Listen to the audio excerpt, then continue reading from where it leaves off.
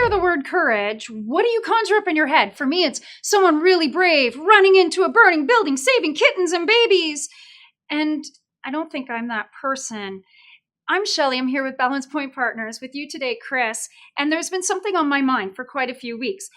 We talked about power bias. You were extraordinarily convincing.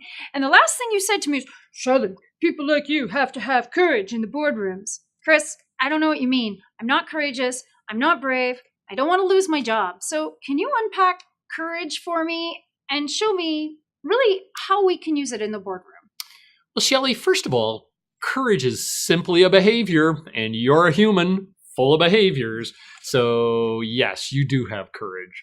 So when we think about courage, all we're really referring to is when we take any action which puts ourselves at either emotional or perhaps physical risk in service of someone else or another group.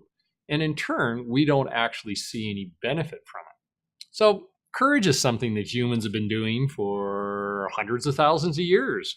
It's actually how we stayed alive.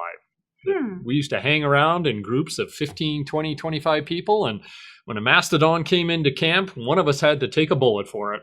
And that's really what allowed our kids to continue on and our little cave kids to make more little cave kids. So courage has been the basis for our existence. Now, you bring up a good point, Chris. You're saying that, our family units have been really courageous, and that makes sense to me. I would, lay down my life for my family unit. Yeah. These are people that I don't necessarily really know. It's the boardroom. Why would I be courageous at work? So, Shelley, it's an excellent question. Why would we put ourselves onto the tracks for people that we don't know? So really, when you take a look at it, we operate and we spend our days in a world where we don't have mastodons. We're not dodging arrows. But as far as the way we feel about risk, it's just as real as if we had a saber-toothed tiger when we're in a boardroom or under assault. And courage is one of the more useful behaviors because in order to be courageous, we have to actually look at the well-being of the group. We have to get clear, and we actually have to stand up and take a position.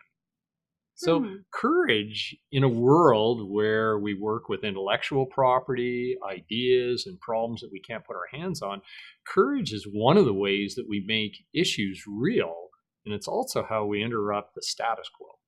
Interesting. I really like where you're going with this, helping me unpack the idea of courage.